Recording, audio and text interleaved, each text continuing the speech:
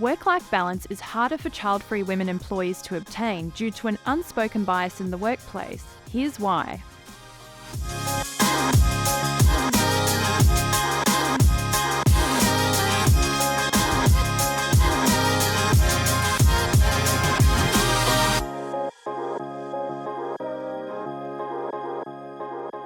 Welcome to She Defined. I'm your host Sharon Green, and today we're talking about the unspoken bias that child-free working women face. The 40-hour workweek was designed for men who had a wife at home to maintain the household and raise children. As women started to enter the workforce, it became apparent that not everyone can work full-time hours, and over the years, more progressive workplaces led the way with flexible working hours, remote working arrangements, and part-time contracts designed to help employees manage work and home life responsibilities.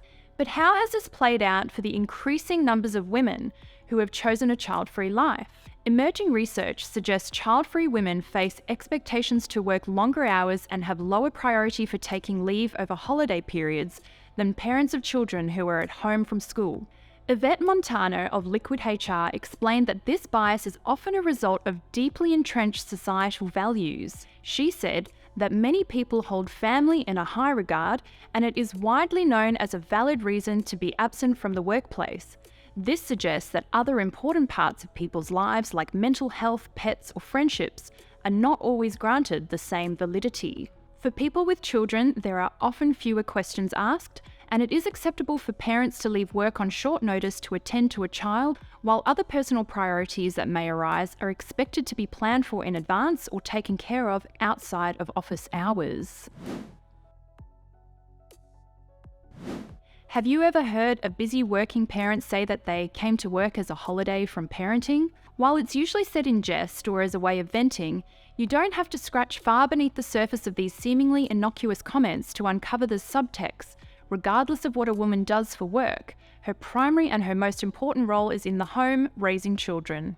Raising kids while working is undoubtedly hard, yet comments like this imply that the work that they do at home is harder or more valuable than what happens in the workplace, reinforcing the patriarchal idea that a woman's main and most important role is as a wife or mother, and that anything else is secondary. Child-free workers often face higher expectations and pressures when it comes to workplace performance. According to Montano, anyone without a child is often expected to pick up the remaining work when a parent is called out due to personal matters. Someone else in the workplace inevitably has to pick up that workload, and it often falls to those who are in the office and not absent due to their own family situations. Children can be unpredictable and cause parents to need more time off than someone who is child-free, so it stands to reason that child-free people end up picking up the slack when needed, said Montano. While this is a natural part of working in a team, if this becomes a pattern and is not recognised or appreciated, it may start to take a toll on the well-being and job satisfaction of those who are child-free. Child-free women should not be forced to choose between a stable paycheck and a healthy work-life balance, or consistently being overworked because their well-being is not taken as seriously as the role of being a mother. The idea that having children is the only valid reason for needing workplace flexibility is an unfair and narrow view of what makes women's lives meaningful. Leaving work on time to attend an evening class, meet up with friends, or work on a side hustle are as valid as the school pickup. Child-free women shouldn't always have the last priority for annual leave during the holidays, as they may have cherished traditions of their own. The assumption that a child-free or unmarried woman in the workplace doesn't have important activities or relationships in their lives that deserve their time and energy marginalises not only child-free people, it also impacts those who are childless by circumstance, single, separated, asexual, in non-traditional relationships, or don't feel comfortable sharing the intimate details of their personal lives that require them to adjust their working arrangements. We spend a significant time with our colleagues, and policies that are biased or inequitably applied may cause tension between women in the workplace if it impacts their career and home life.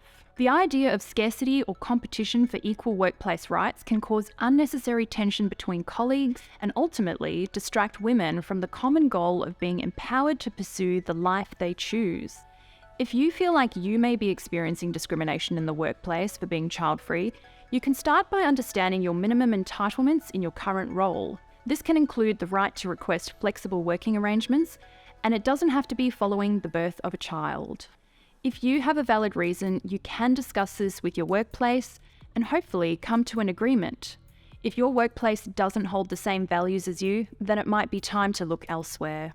While we obviously have a long way to go until we reach a fully inclusive workplace, including levelling the inequality faced by working women, companies can start by making changes now to ensure that child-free employees are respected equally and receive the same entitlements as their parent counterparts. What do you think of the issue? Do you believe child-free working women face this bias? I'd love to hear your thoughts in the comments section below. If you enjoyed this video, please give it a thumbs up and subscribe to She Defined. It really helps our channel and we appreciate the support. Thanks so much for watching, and I look forward to seeing you in our next video.